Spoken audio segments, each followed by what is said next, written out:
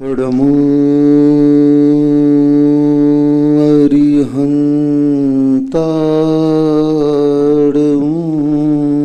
नमो अरिहन्ताणं नमो सिद्धाणं नमो सिद्धाणं नमो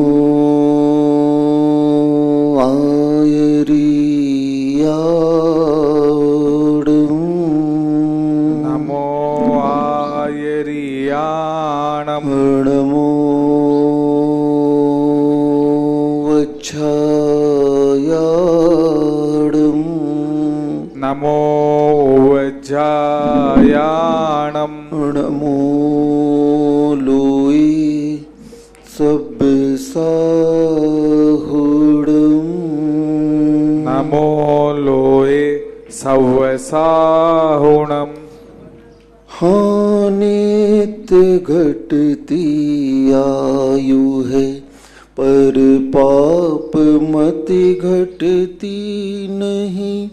आई बुढ़ोती पर विषय से कामना हटती नहीं। मैं यत्न करता हूँ दवा में धर्म में करता नहीं। दुर्मोह महिमा से ग्रसित हूँ नाथ बच सकता नहीं। जय बोले खैराट श्री कुंडलपुर के बड़े बाबा की जय। मूल नायक श्री चिंतामणि पार्श्वनाथ भगवान की जय। संत शिरोमणि आचार्य भगवान श्री विद्यासागर जी महाराज की जय। परम पूज्य मुनिवर श्री सुधासागर जी महाराज की जय। परम पूज्य मुनि श्री महासागर जी महाराज की जय। समस्त मुनि संघ की जय। एक व्यक्ति था और उसे गांव में सभी मूर्ख चंद बुलाते थे। ए मूर्ख चंद इधर आओ, क्योंकि उसकी जितनी भी चेष्टाएं थी सब मूर्खपनों को लेकर के थी और वह इस कारण से अपने आप में परेशान होने लगा, चिढ़ने लगा कि सब कोई मुझे मूर्ख कहते हैं, मूर्ख कहते हैं। एक दिन वह गांव छोड़ करके निकल गया कि अब मैं इस गांव में नहीं रहूंगा, मुझे सब कोई मूर्ख बोल रही है। फिर क्या हुआ, रास्ते में वह गया, गांव के बाहर निकला और गांव के बाहर एक बावड़ी थी और उस बावड़ी में वह पांव झुला करके कुएं की बावड़ी के अंदर तरफ बैठ गया। तभी एक राहगीर वहां से आया और उस व्यक्ति को देखता है और बोलता है, अरे मूर्ख चंद, ये क्या कर रहा है तू? वह व्यक्ति उसके परिचय का नहीं था, लेकिन वह अपना नाम सुन करके बड़ा प्रफुल्लित हुआ। बोले, भाई साहब, हम आपको तो नहीं जानते हैं, लेकिन आप हमारा नाम कैसे जानते हैं कि मेरा नाम मूर्खचंद है? अरे बोले, भैया, तेरी चेष्टाएं, तेरी क्रियाएं, इन्हें देखकर कोई भी तुझे मूर्खचंद कहेगा। अब बता, तो बावड़ी के अंदर में सर्प है, अगर तू उसमें गिरेगा तो मरेगा नहीं क्या? और इतनी चट्टान है, गहरी बावड़ी है, पानी भी कम है, तो तेरा परिणाम क्या होगा? तू मूर्ख ही तो है। समझ में आ रहा है? हाँ, ऐसे संसारी प्राणी जितने भी है ना, सब मूर्ख चंद हैं। क्या है? क्यों महाराज जी आप हमने मूर्ख चंद क्यों बोल रहे हो? अरे भैया, संसार की बावड़ी में तुम लोग भी तो पांव डाल करके बैठे हो और तुम लोग को भी डर नहीं है कि हमारा क्या परिणाम होगा। उस मूर्खचंद को ज्ञान नहीं है कि मैं इस बावड़ी में गिर जाऊंगा तो मेरा क्या होगा। वही दशा संसारी प्राणी की है। संसार के कुएं में पांव डाल करके तो बैठा है, जिसमें भयंकर सर्प फुफकार मार रहे हैं, जो इतना गहरा है और पानी भी कम है और पत्थर ही पत्थर है, फिर भी गिरने का डर नहीं है। बड़ा अजीब है। क्या है आप लोगों की सोच, क्या है आप लोगों का ज्ञान, कि ज्ञान के माध्यम से हमें करना क्या था और हम कर क्या रहे हैं? बताओ। बहुत बड़े आप समझदार बोलते हो अपने आप को, बहुत ज्ञानी बोलते हो, लेकिन आचार्य कहते हैं वह ज्ञान किस काम का। आचार्य श्री ने एक जगह लिखा, ज्ञान की यात्रा जब पर की ओर होती है तो वह ज्ञान अज्ञान बन जाता है, और वही ज्ञान जब निज की ओर आता है तो वह ज्ञान का फल कहा गया है। ज्ञान का फल क्या है? निज की ओर वापस आना, निज को जानना, निज को पहचानना और निज को प्राप्त करना, ये ज्ञान का फल है। लेकिन हम कर क्या रहे हैं? देखो, आज लौकिक ज्ञान तो बहुत प्राप्त कर लिया, पदार्थों का ज्ञान इतना हो गया है कि आपसे ज्यादा निष्णात उसमें कोई नहीं। एक बालक आता है टीवी पर, बहुत छोटा सा, कौटिल्य नाम है उसका। क्या नाम है?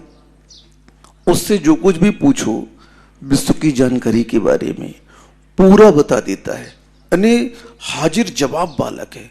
क्या ज्ञान का क्षयोपम उसका, लेकिन वह ज्ञान का क्षयोपम मात्र लौकिक ज्ञान का है। पारलौकिक ज्ञान का क्षयोपम तो अभी है ही नहीं। आज वर्तमान में जितना लौकिक ज्ञान का क्षयोपम आपके पास में है, और उस लौकिक ज्ञान के बल पर आप देश चला रहे हो, आप प्रशासन चला रहे हो, आप समाज की व्यवस्था कर रहे हो, आप परिवार का भरण पोषण कर रहे हो। अगर उससे कहीं अल्प ज्ञान का क्षयोपम अपनी आत्मा का हो जाए, समझ रहे हो, जितना लौकिक ज्ञान का क्षयोपम आपका है उससे अल्प पुरुषार्थ, अल्प क्षयोपम अगर आत्मज्ञान का हो गया तो फिर आपका कल्याण होने में देर ही नहीं लगेगी। लेकिन क्या करें, पारलौकिक ज्ञान तो बहुत हो गया, लेकिन आत्मा की खबर हो नहीं रही है। बताओ, इच्छाओं का समन हो नहीं रहा है, भोगों से विरक्ति हो नहीं रही है। महाराज जी, ये कैसे होता है? आप लोगों को कैसे संसार छोड़ के आ गए? सीधी बात है, हाथ में अंगार लिए घूम रहे हैं और दूसरों से पूछते हैं बताओ इसकी तासीर क्या है। जय श्री ओम नमः सिद्धेभ्यः, जय श्री ओम नमः सिद्धेभ्यः, जय श्री ओम नमः सिद्धेभ्यः।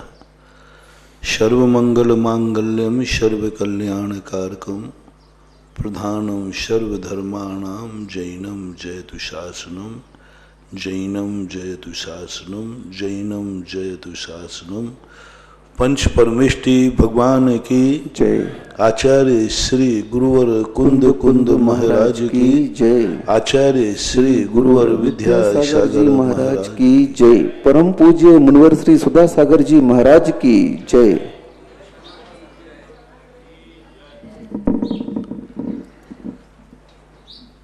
हम जितना जानते हैं उतना हम प्राप्त नहीं कर पाते, जितना हम कमाते हैं उतना भोग नहीं पाते, जितने हम बीज बोते हैं उतने फल नहीं आ पाते, जितनी जिंदगी में हम परिश्रम करते हैं उसका फल उतना नहीं मिल पा रहा है। हर व्यक्ति की जिंदगी की एक समस्यापूर्ण प्रश्न है, जितना वो खा रहा है उतनी उसके शरीर में ताकत नहीं आ रही है। जितना अपन लोग भोजन करते हैं ना, डॉक्टरों से पूछो इसमें कितनी ताकत है, कितनी ताकत है, लेकिन वो ताकत उतने खाने के बाद भी शरीर में ताकत नहीं आ रही। एक नमोकार मंत्र में कितनी ताकत है, हमारी करोड़ों मालाएं फेरने में भी वो ताकत नहीं आ रही। एक छोटा से मंत्र में कोई श्रद्धा मात्र रखी, अंजन छोर ने सिद्धि हो गई। हमारी करोड़ों माला के बाद भी सिद्धि नहीं हो रही। हम इतनी पूजाएं करते हैं, भक्ति करते हैं, लेकिन उसका फल जो शास्त्रों में लिखा है वो उपलब्ध नहीं हो रहा है। ये सारे ऐसे प्रश्न जब व्यक्ति के मन में आते हैं तो व्यक्ति किम कर्तव्य मूड होकर नास्तिक बन जाता है। आता बड़े उत्साह से है, बड़े जोश से है। हर व्यक्ति किसी भी कार्य को करता है बड़े जोश से करता है, लेकिन धीरे धीरे जब उसको वह फल नहीं मिलता तो हतोत्साहित हो जाता है। मंदिर बड़े जोश से जाता है, बड़े जोश से जाता है। माला बड़े जोश से फेरता है। महान आत्माओं की संगति बड़े जोश से करता है। सब कुछ सही करता है। व्यापार करेगा, बहुत जोश के साथ दुकान का नागल करेगा। पहले दिन ड्यूटी जो ज्वाइन करता है ना, बड़े मंगल पाठ करके, भगवान की भक्ति करके, आशीर्वाद लेके, आज मैं पहली बार अपनी ड्यूटी को ज्वाइन कर रहा हूँ, उस समय उसका परिणाम देखो कितना विश्वस्त, कितना महान होता है। सुबह से नहाएगा, जाओ भगवान के गुरुओं का आशीर्वाद लेगा, महाराज जी मैं पहली बार ड्यूटी ज्वाइन कर रहा हूँ, मैं पहली बार दुकान खोल रहा हूँ। लेकिन धीरे धीरे जाकर के उसमें उत्साह कम होता है, धीरे धीरे जाकर वो बोर हो जाता है, रस खत्म हो जाता है। बस जिस कार्य को करने पर धीरे धीरे रस खत्म होने लग जाए, समझ लेना तुमने कहीं से रास्ता गलत पकड़ लिया है,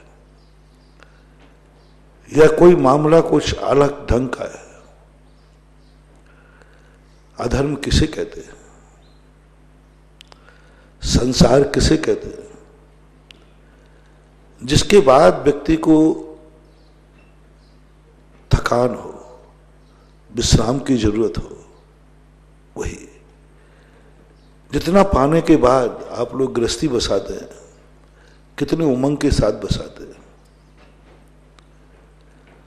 शादी करते हैं, कितनी उमंगों और कल्पना के साथ करते हैं, पर कुछ दिन के बाद धीरे धीरे क्या हो जाता है, उसका रस, उसका आनंद, उसकी उमंग खत्म हो जाती है। क्यों ऐसा होता है? इसके लिए तो तुमने नहीं किया था, तुमने तो ये किया था कि जो कार्य मैं कर रहा हूं यह मेरी जिंदगी में दिन दूना रात चौगुना सुख बढ़ाए। हर व्यक्ति यही करता है, चाहे धर्म हो चाहे कर्म हो, वो एक ही लिए करता है, आगे मुझे इससे और सुख मिलेगा। लेकिन 99% उल्टा हो रहा है। धर्मों धर्मात्माओं में भी यही हो रहा है। भरत चक्रवर्ती ने एक स्वप्न देखा था कि बछड़े रथ खींच रहे हैं, सद्याजात बछड़े। तो उसका फल उन्होंने बताया कि आगे आने वाला युग ऐसा आएगा कि शुरुआत तो जवानी में तो लोग खूब धर्म करेंगे,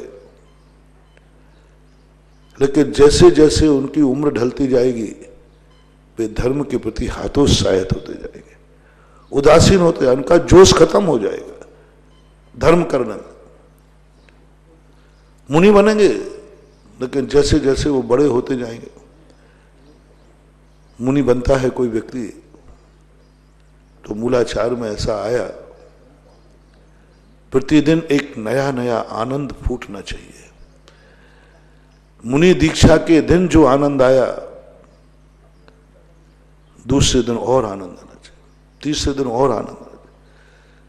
मुनि की जो असंख्यात गुणी निर्जरा है, ये क्या है?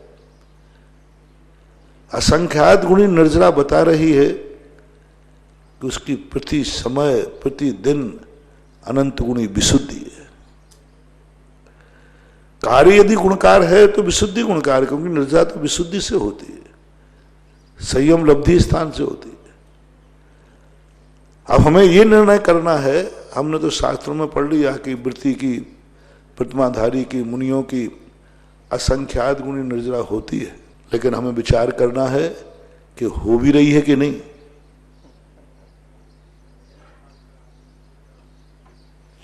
ये धंधे करने से इतना लाभ होता है, लेकिन हो भी रहा है कि नहीं? थोड़ा बही खाता तो देखो,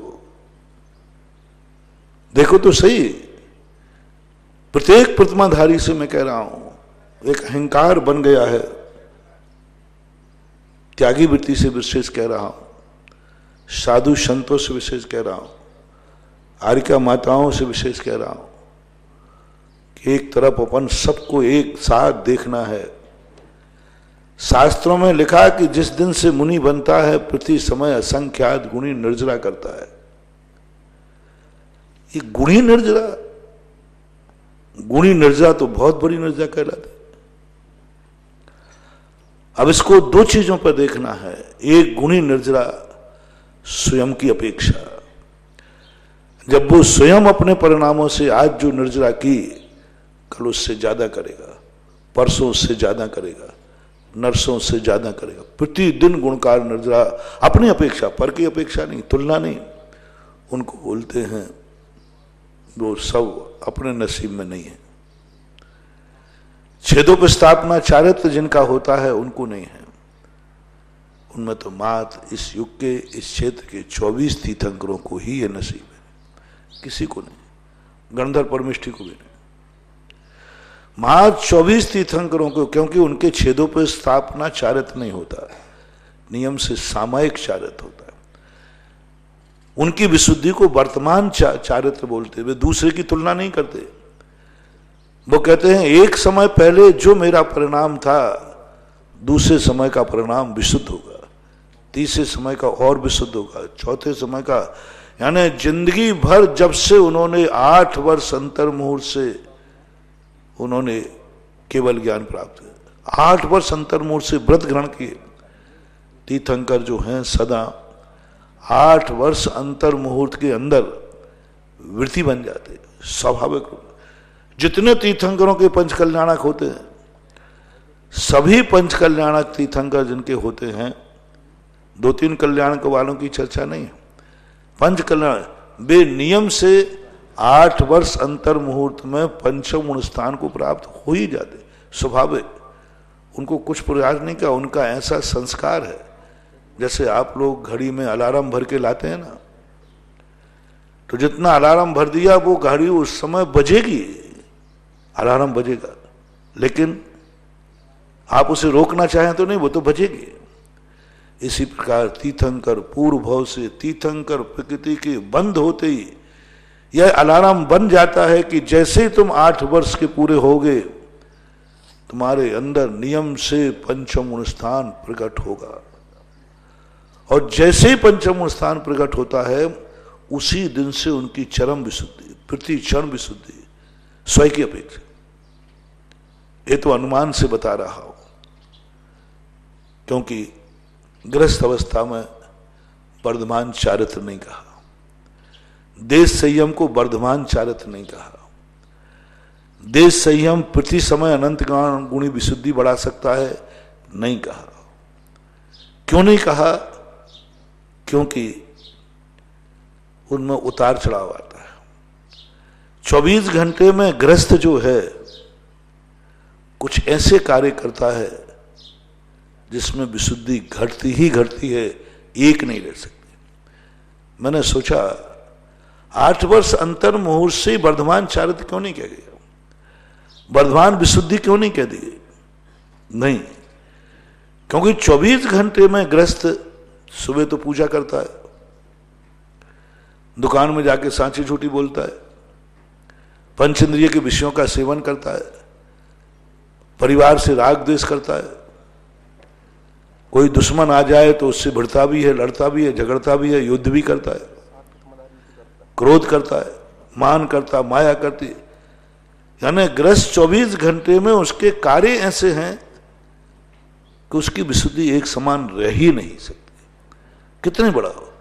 इसलिए तीर्थंकर प्रति समय असंख्यात गुणी विशुद्धि रखते हो, सो बात नहीं।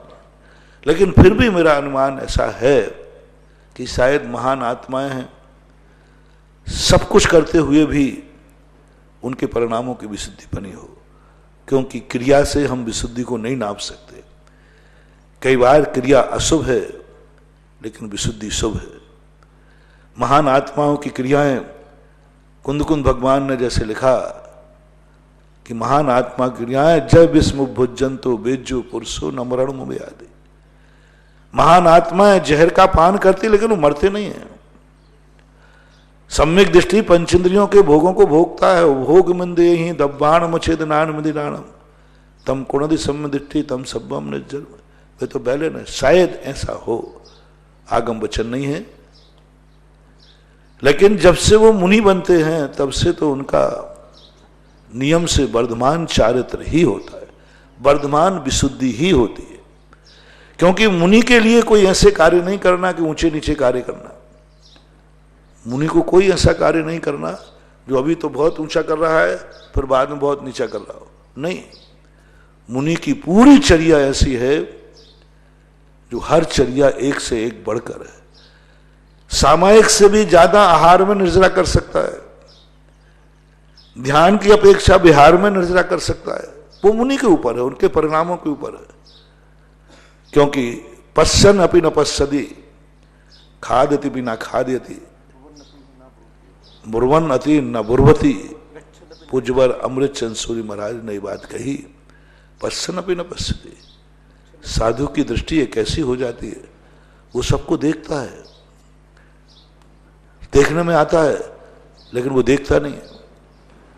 जैसा अभी अपना प्रसंग चल रहा है स्वयं चतुष्टय की, जिसको सिद्धि हो जाती है, स्वयं चतुष्टय की सिद्धि हो जाती है। अभी तुम्हें स्वयं चतुष्टय की सिद्धि हुई कि नहीं हुई यही विचार करना है। तुम्हें तो अभी ये दिख रहा है कि भगवान का दर्शन पर है। स्वयं चतुष्टय की जिसकी दृष्टि हो जाती है वो सारी दुनिया के हर पदार्थ को दर्पण मान लेता है। और जैसे ही दर्पण में जाता है तो दुनिया कहती है दर्पण देख रहा है, लेकिन वो दर्पण देखा तो नहीं, पश्यन अपि न पश्यति। वो दुनिया को देख रहा है लेकिन दुनिया में अपने आप को देख रहा है। अधर्म को देख रहा है लेकिन वो धर्म देख रहा है। कल जैसे कहा था, मुनिराज वेश्या के शव को देख रहे हैं, अपन सोच रहे हैं कि वेश्या का शव देख रहे हैं, नहीं, उनको तो दिख रही है आरिका माता। यदि ये मनुष्य पर्याय पाकर आरिका बन जाती, अब बोलो, आंखें देख रही हैं कि वेश्या है और साधु की ज्ञान आंख देख रही है कि आरिका माता। पेड़ को देख रहा है साधु, वो कहता है सभ्य शुद्धाऊ शुद्ध नया।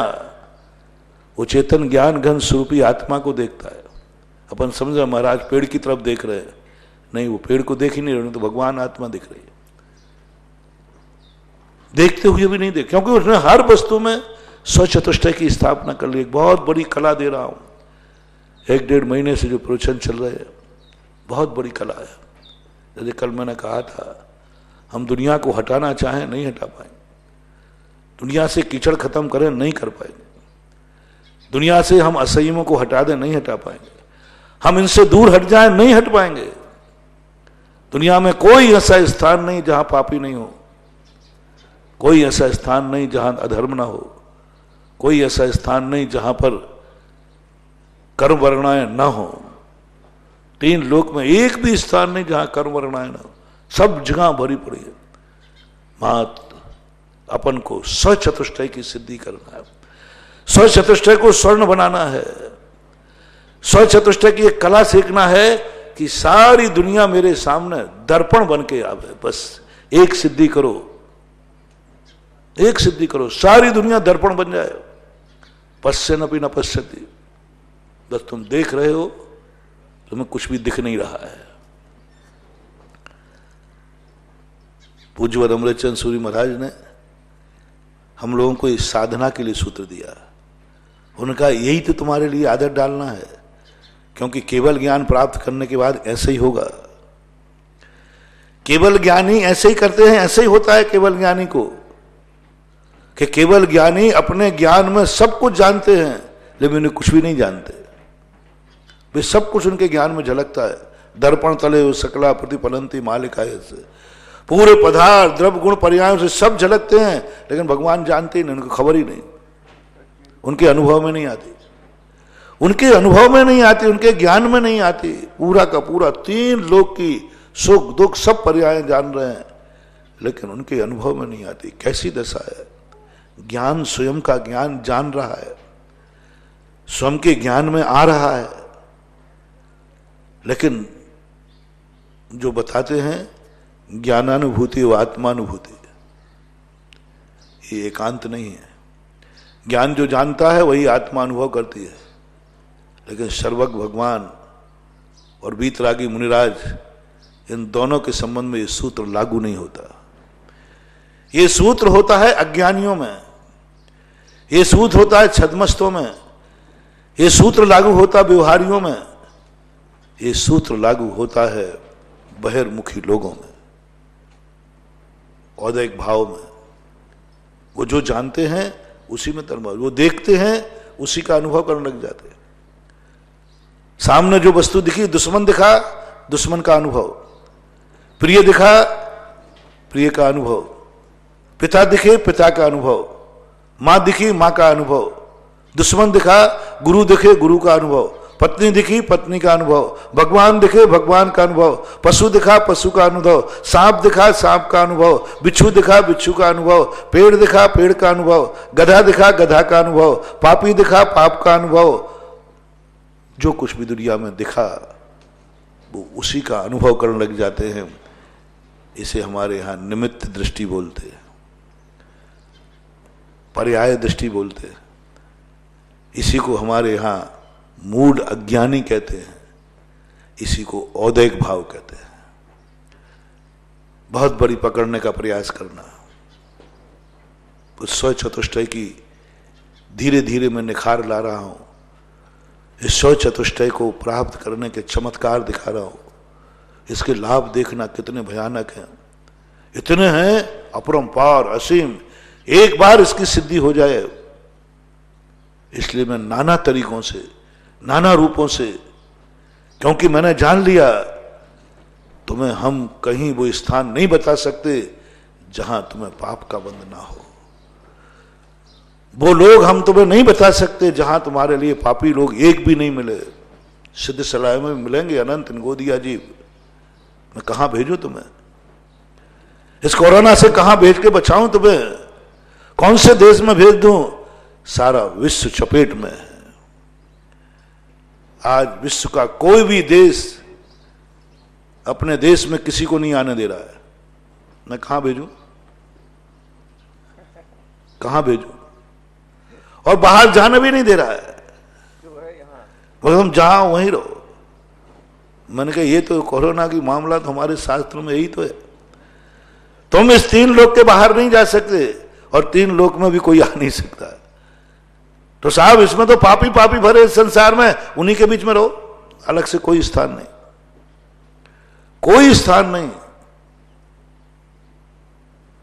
मात आइसोलेट कर लो बस, बस कुछ नहीं करना, कुछ नहीं करना और कुछ नहीं करना। सैनिटाइजर से सैनिटाइज हो जाओ। आज का समय कहां जाओगे भाग के? कहां भागोगे? कहां जागोगे? कोई सुनता हूं एक आध फलाने गांव में कोई भी कोरोना नहीं है, वो अच्छा है। 2 दिन बाद पता चलता कि वहां एक मिल गया एक मिल गया और खोजा तो 1 से 18 पर बढ़ते गए। कोई स्थान सुरक्षित नहीं। अब मात्र एक उपाय अपने पास है, सैनिटाइजर। वो वस्तु तुम्हारे पास है, अब तुम सैनिटाइज हो जाओ। और सैनिटाइज से अकेला काम नहीं चलेगा, सैनिटाइज के बाद आइसोलेट। आप पैक हो जाइए, आप सीमित हो जाइए। आप कोरोना टाइम कुछ भी करिए, वो सब आप नाम दीजिए, होम टाइम, कोरोना टाइम, कहां टाइम, कौन सा टाइम करना आप देखिए शांत। लेकिन बस आपको अपनी जिंदगी में, जब मैंने ये देखा, क्योंकि मैं तो, हम लोग साधु लोगों की एक नीति होती है, कुछ भी दिखा दो उसमें सब में स्वाध्याय करना शुरू कर देते हैं। आजकल शास्त्रों का स्वाध्याय बंद है, कोरोना पुराण का शास्त्र चालू है। उठते बैठते सोचते करते सब में कोरोना घूम रहा है, और वही पुराण क्या फर्क है?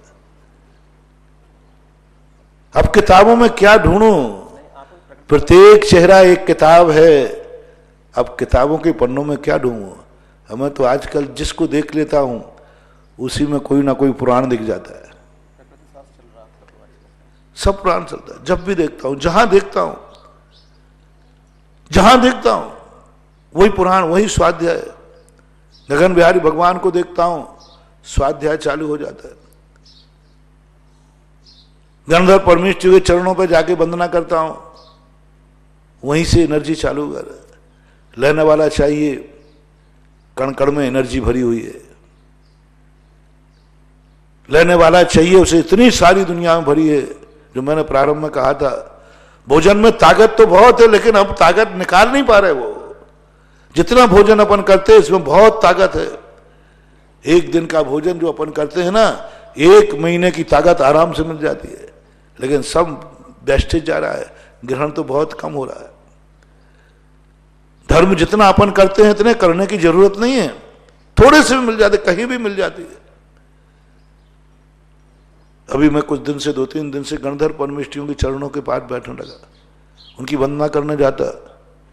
मैं समझता था कि बड़े बाबा में एनर्जी है, गगन बिहारी में एनर्जी। अरे जब उन चरणों को मैंने छुआ तो वे गणधर परमेष्ठि के एक एक चरण एनर्जी से भरे हुए हैं, उनमें एनर्जी।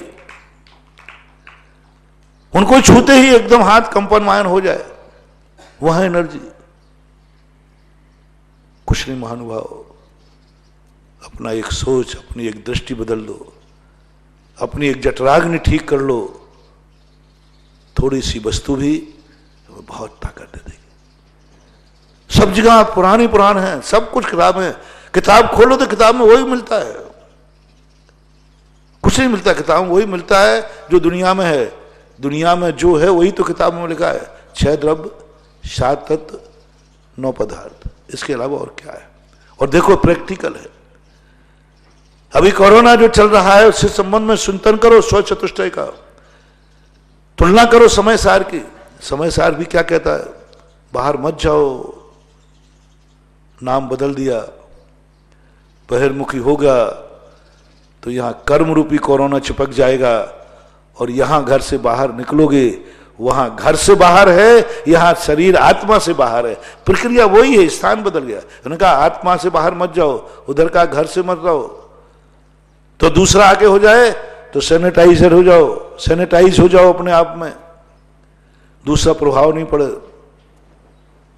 अपने आप में सोना बन जाओ, कीचड़ तुम्हारे लिए कोई वायरस पैदा नहीं करेगा। सोना बन जाओ और कीचड़ कुछ भी नहीं करेगा। सैनिटाइज हो जाओ, आप कोई सैनिटाइज वाले को छू भी लेगा तो उसमें संक्रमित नहीं होगा। आप सैनिटाइज हो जाइए, सैनिटाइज हो जाइए, वीतरागी हो जाइए। रत्तो बंदि कम्म मुंशदि जीव विराग संपूर्ण। मुंशदि, आप अपने आप को विराग का भाव धारण कर लीजिए। कितने ही आपको कोई छूना चाहे आपको नहीं छू पाएगा।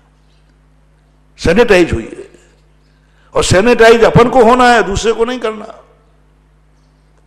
अपन यदि सैनिटाइज हो गए, अब वो सैनिटाइजर जो पदार्थ है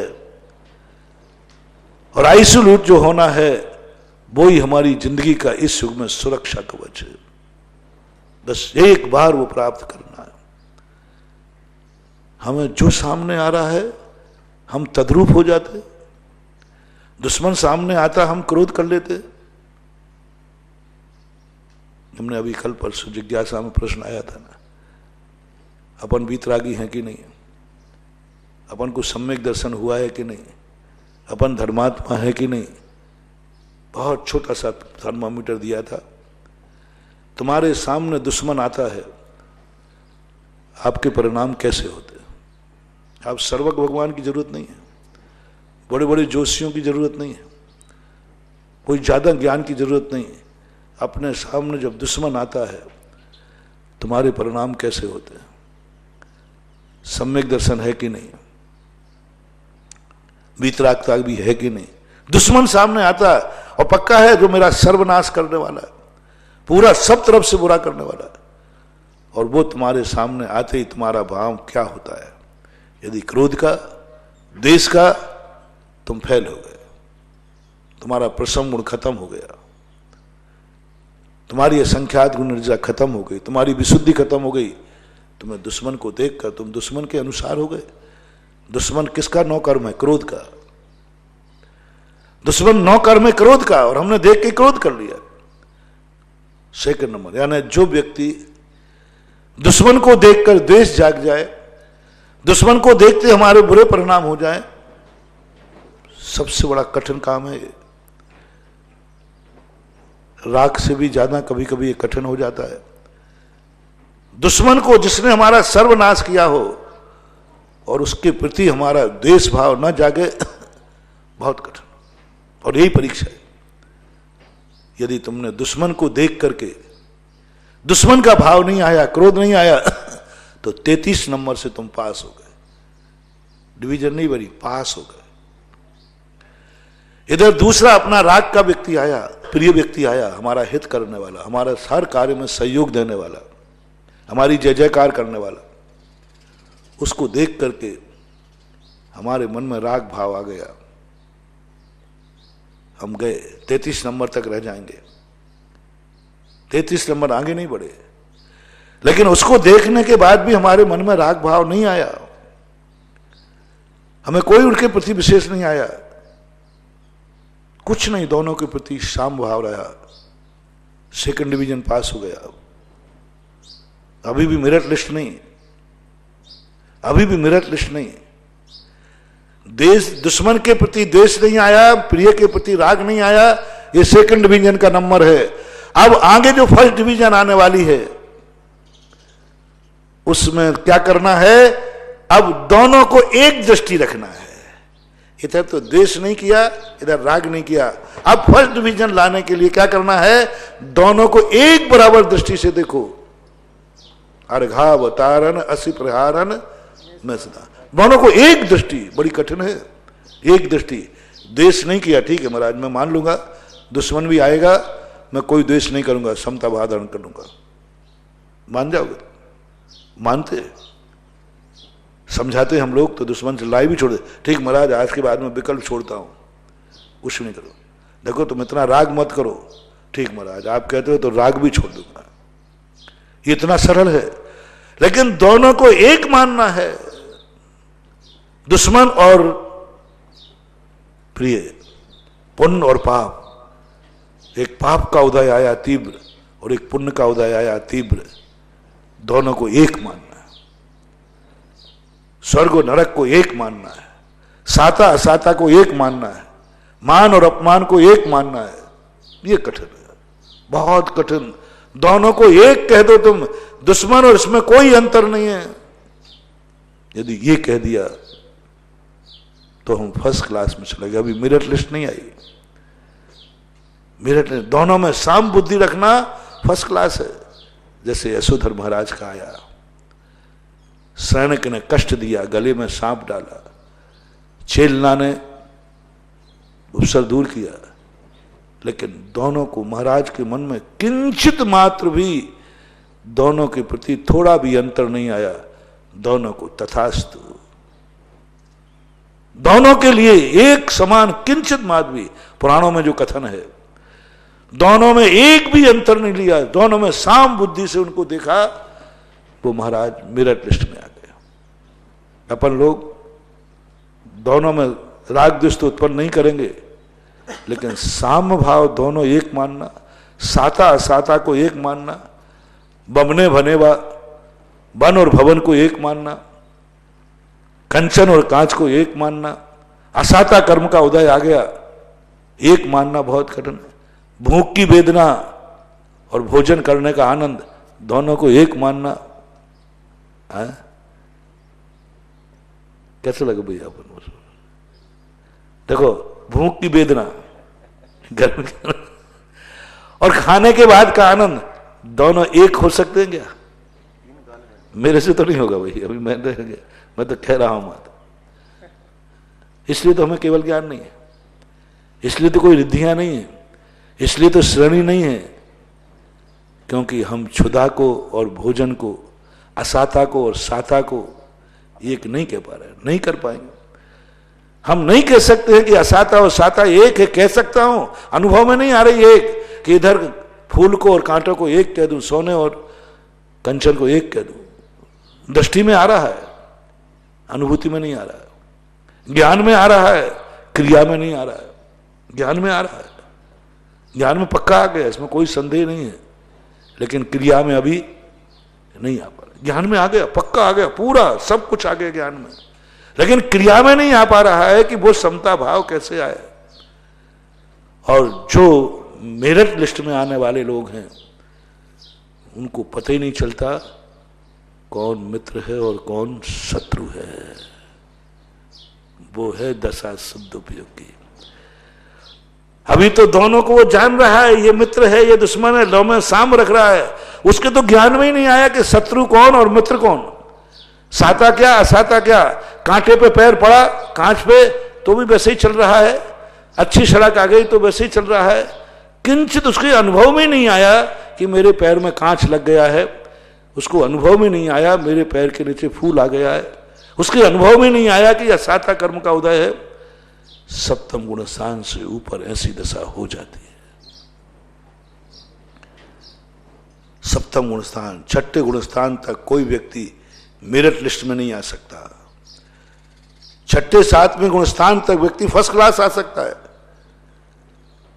ये भेद कर सकता है मैं दुश्मन और मित्र के प्रति साम भाव रखूंगा। लेकिन दोनों को कोई ना दुश्मन आवे ना ज्ञान आवे, मात एक गे ज्ञा एक संबंध हो जाए। मात ये भी पदार्थ है, ये भी वस्तु है, ये भी वस्तु है, दोनों गे ज्ञा एक संबंध। पर्याय से ऊपर उठ गया, वो बहुत ऊंचे उठ गया।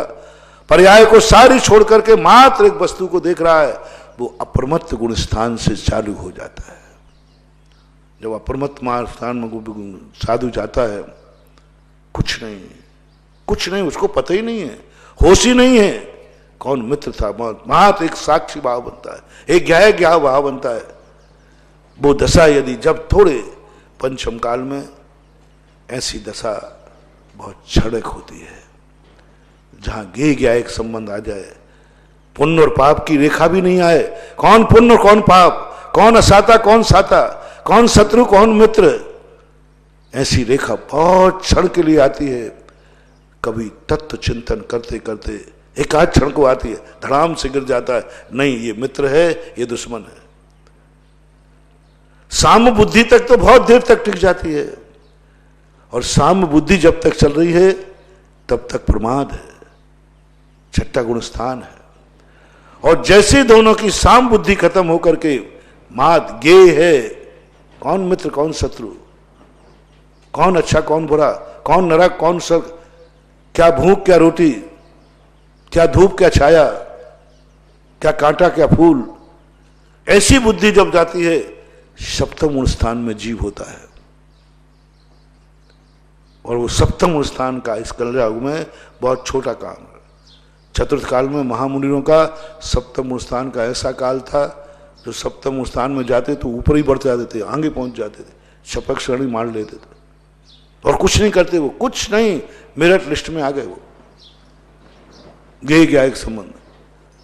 मेरिट लिस्ट 75 नंबर से शुरू होती है, 33 से थर्ड, 55 से या 45 से, मुझे पूरा थोड़ा बहुत आगे पीछे हो सकता है, 60 से बताते फर्स्ट क्लास चालू होती है, 75 तक, 55 से गुड सेकेंड और भेद कर लो, 75 तक मेरिट, 75 तक फर्स्ट क्लास, 75 के बाद मेरिट लिस्ट। अब अंत में है मेरिट से भी ऊपर 100/100, 100/100 नंबर की घटना में बता रहा था, 100/100 की, पश्चिम नपी न पश्यति। अब उसको गे गया एक संबंध भी खत्म हो गया। मेरिट लिस्ट वाला तो कह रहा था शत्रु और मित्र उसने खत्म कर दिया। अंतर समझना, 33 नंबर वाले ने दुश्मन से समझा लेकिन द्वेष नहीं किया, मित्र को समझा राग नहीं किया। सेकंड वाले ने कहा कि हम दोनों के प्रति साम्य भाव रखते हैं, दुश्मन और मित्र के। फर्स्ट क्लास वाले ने कहा मेरी दृष्टि में दुश्मन और मित्र है ही नहीं, कोई मतलब नहीं, दोनों है ही नहीं, लेकिन हैं, अनुभव कर रहा है ये दो हैं लेकिन दोनों एक समान है। लेकिन जैसे ही वो ऊपर गया, मेरिट लिस्ट में गया, तैसे ही वो कहता है ये दो नहीं एक ही तो है, गे है पदार्थ है, बस पर्याय से हट गया, एक है, अभेद सत्ता को स्वीकार कर लिया। और जो 100 नंबर आया और उससे ऊपर गया, वो कहता है ये है ही नहीं, मुझे ये दिख ही नहीं रहे, मुझे तो इसमें भी मैं अपनापन देख रहा हूं, इसमें भी भगवान को देख रहा हूं, ये दो है ही नहीं, भगवान है अखंड है, अवेद है, स्वचतुष्टय है, बस स्वचतुष्टय दिखने लगा। पश्यन अपि न पश्यति, केवली भगवान को पूर्णता, पश्यन अपि न पश्यति, वे सब कुछ देख रहे हैं लेकिन उसके अनुभव में नहीं आ रहा है कि मैं किसी को देख रहा हूं। ना दो का अनुभव हो रहा है, ना एक का अनुभव हो रहा है, ना ज्ञेय का अनुभव हो रहा है, ना देखने का अनुभव हो रहा है। पर पदार्थ गायब हो गया, पूर्णता गायब हो गया और देख रहे हैं, लेकिन वो पर पदार्थ दिख नहीं रहा उनको, देखते हुए भी नहीं दिख रहा। जहां केवली भगवान का वर्णन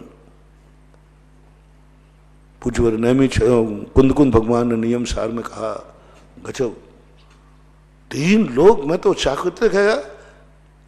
हम लोगों की दशा तो ऐसी हो ही नहीं सकती, हम जिसको देख रहे हो उसका अनुभव ना हो, बहुत कठिन हो रहा है। हम जो खा रहे हो मुझे खाने का अनुभव ना हो, कोई मुझे गाली दे रहा हो और मुझे गाली का अनुभव ना हो, कोई मेरी जय बोल रहा हो और मुझे उनका अनुभव ना हो, मेरे पुण्य का उदय आया हो उसकी अनुभूति मुझे ना हो, मेरे पाप का उदय आया हो उसकी अनुभूति ना हो, आने के पहले ही अनुभूति हो जाती है हमें। तो अच्छा दिन आने वाला है तो अच्छे दिन की अनुभूति पहले से करने लग रहा, अब मेरा अच्छा दिन आएगा, प्लानिंग। आप लोग थोड़े ज्यादा करते, हम थोड़ा कम करते। आपको मालूम चल जाए कि इस बार व्यापार में कुछ ज्यादा लाभ होने वाला है, तो शुरू क्या हो जाती है? प्लानिंग।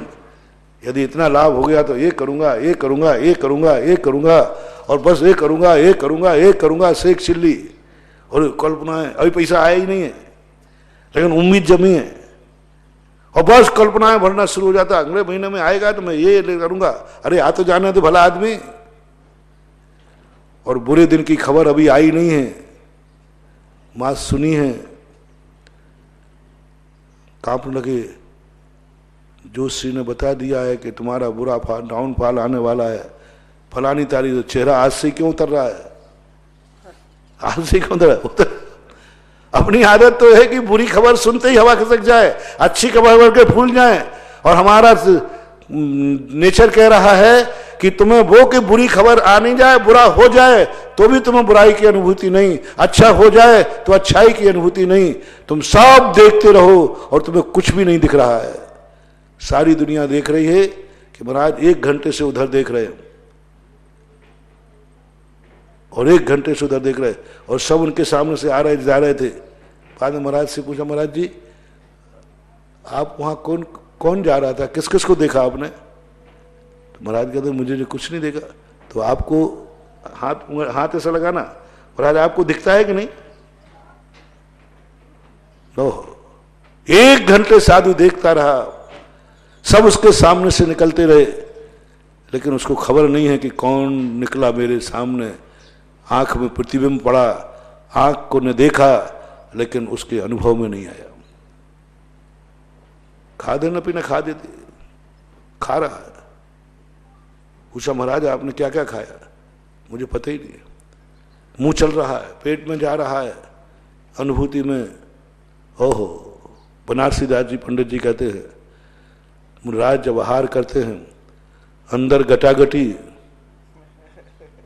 हाँ लोग समझ रहे हैं भोजन कर रहे हैं, वो तो अंदर गटागटी क्रिया चल रही है। अंदर की चेतना स्वचतुष्टय में लीन हो गई, अंदर की चेतना रत्नत्रय में लीन हो गई। खाते हुए भी उनको भोजन की चिंता नहीं है, रत्नत्रय की चिंता है। कहां है एरिया समिति, भाषा समिति आदि ये पर प्रत्यय? उन्हें ऐसा करते समय रत्नत्रय दिख रहा है, और भोजन में तुमने रोटी का ग्रास रखा है, वो देख रहे हैं उसमें रत्नत्रय। आप देख रहे हैं ना, बाल देख रहे हैं, अपन को रखता बाल देख रहा है, बाल नहीं देख रहे हैं, वे अपने रत्नत्रय की रक्षा कर रहे हैं, वे अपने धर्म की रक्षा कर रहे हैं। रत्नत्रय की, जब ही तो उस बाल से उनके रत्नत्रय को बाधक मिला, उन्होंने भोजन छोड़ दिया कि जो मेरे रत्नत्रय को मिटाएगा हम भूखा रह जाएंगे लेकिन नहीं खाएंगे। अपन को लग रहा है रोटी देख रहे हैं, रोटी नहीं देख रहे हैं, साक्षात रत्नत्रय देख रहे हैं, साक्षात चारित्र देख रहे हैं। उनको रोटी में चारित्र दिखता है, स्वचतुष्टय। दुनिया कह रही महाराज रोटी खा रहे हैं, और सत्य ये है महाराज रत्नत्रय का पालन कर रहे हैं। मुनि की चर्या में 28 मूल गुणों में एक ऐषणा समिति मूल गुण है कि नहीं? तो अब बताओ, महाराज रोटी खा रहे हैं कि मूल गुण का पालन कर रहे हैं? बहुत बड़ी बात है। वीडियो काय की आएगी?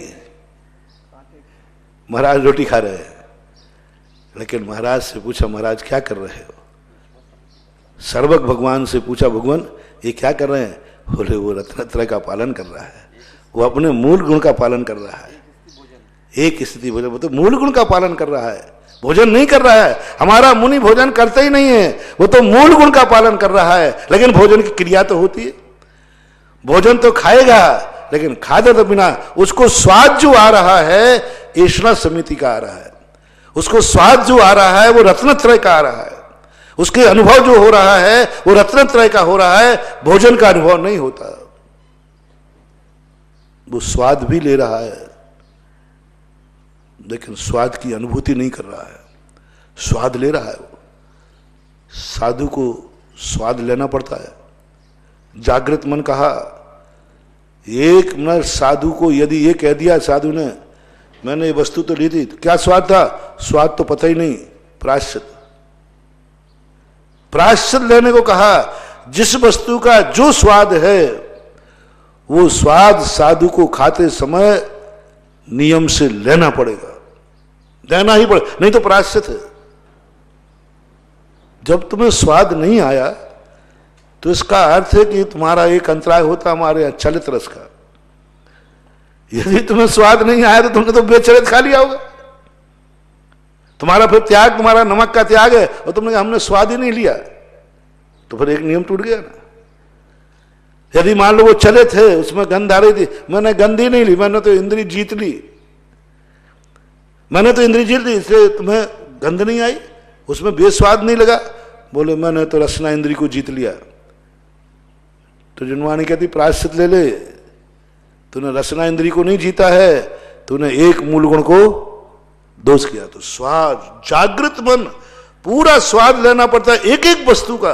तुम लोग तो बेस्वाद का खाते हो, तुम लोगों को तो स्वाद आता ही नहीं। तुम लोगों का तो भगवान ही मारेगा, तुम्हें तो किसी चीज का स्वाद नहीं आता। और जितने टीवी देखते हुए खाते हैं ना, बताओ उसमें खाने का स्वाद आता है कि टीवी में चित्र का स्वाद आता है? टीवी जब देखता है व्यक्ति तो अनुभूति टीवी की हो रही है, भोजन की? टीवी की। भोजन तो कुछ मतलब